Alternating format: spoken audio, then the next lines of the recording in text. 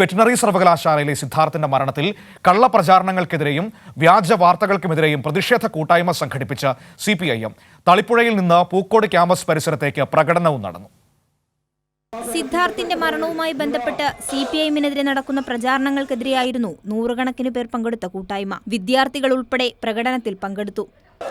Campus പരിസരത്ത് പ്രകടനം സമാപിച്ചു. തുടർന്ന് നടന്ന കൂട്ടായ്മ CPIM ജില്ലാ സെക്രട്ടറി P. ഗഗാറിൻ ഉദ്ഘാടനം ചെയ്തു.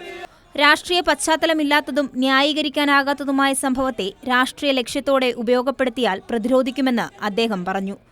T. Siddique MLA college management board അംഗമാണ്. എന്നാൽ അക്രമസമരങ്ങൾ നടത്തി വിദ്യാർത്ഥികളെയും സ്ഥാപനത്തെയും ചില മാധ്യമങ്ങളുമായി കൂടിച്ചേർന്ന് ആക്ഷേപിക്കുകയാണ് ഇദ്ദേഹമെന്നും ഗഗാറിൻ പറഞ്ഞു. പ്രഖ്യാപിക്കുക, ഇന്നതാണ് സംഭവിച്ചത്, ഇന്ന ആളുകളാണ് പ്രതികൾ.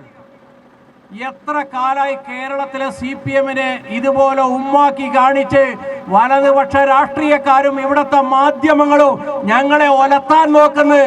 ഒരു പുല്ലും ചെയ്യാൻ നിങ്ങൾക്ക് ആർക്കും കഴിയില്ല എന്ന് ഉറപ്പിച്ചു പറയാണ്. കുറെ കാലമായി നിങ്ങളെ ഒലത്തുന്നത് ഞങ്ങളെ ഇട്ടിട്ട് നോക്കിയിട്ട്. രാഷ്ട്രീയമായി ഉപയോഗപ്പെടുത്തിയാൽ കോൺഗ്രസ് പല കാര്യങ്ങൾക്കും മറുപടി പറയേണ്ടി വരുമെന്ന് ജില്ലാ സെക്രട്ടേറിയറ്റ് അംഗം AN പ്രഭാകരൻ പറഞ്ഞു. പ്രതികളിൽ ഒരാൾ ഒളിവിൽ താമസിച്ചത് കോൺഗ്രസ് നേതാവിന്റെ വീട്ടിലാണ്. ഒരാളുടെ രക്ഷിതാവ് ബത്തേരിയിലെ കോൺഗ്രസ് നേതാവാണെന്നും അദ്ദേഹം പറഞ്ഞു. അന്വേഷണാത്മക പത്രപ്രവർത്തകരായ ബഹുമാന്യ ദേഹങ്ങൾ ആരെങ്കിലും ഇവിടെ ഉണ്ടെങ്കിൽ, ചാനലുകാർ ആരെങ്കിലും ഇവിടെ ഉണ്ടെങ്കിൽ, ഇതിൽ ചില പ്രതികൾ, ഞാൻ മാനന്തവാടിയിൽ നിന്നാണ് വരുന്നത്, മാനന്തവാടി പട്ടണത്തിലെ കോൺഗ്രസിന്റെ മുനിസിപ്പൽ കൗൺസിലറുടെ വീട്ടിൽ താമസിച്ചിട്ടുണ്ടോ ഇല്ലയോ എന്ന് അന്വേഷിക്കാൻ നിങ്ങളെ ഞാൻ വെല്ലുവിളിക്കുകയാണ്. അന്വേഷിക്ക് താമസിപ്പിച്ച ആരാണെന്ന് കാണാം.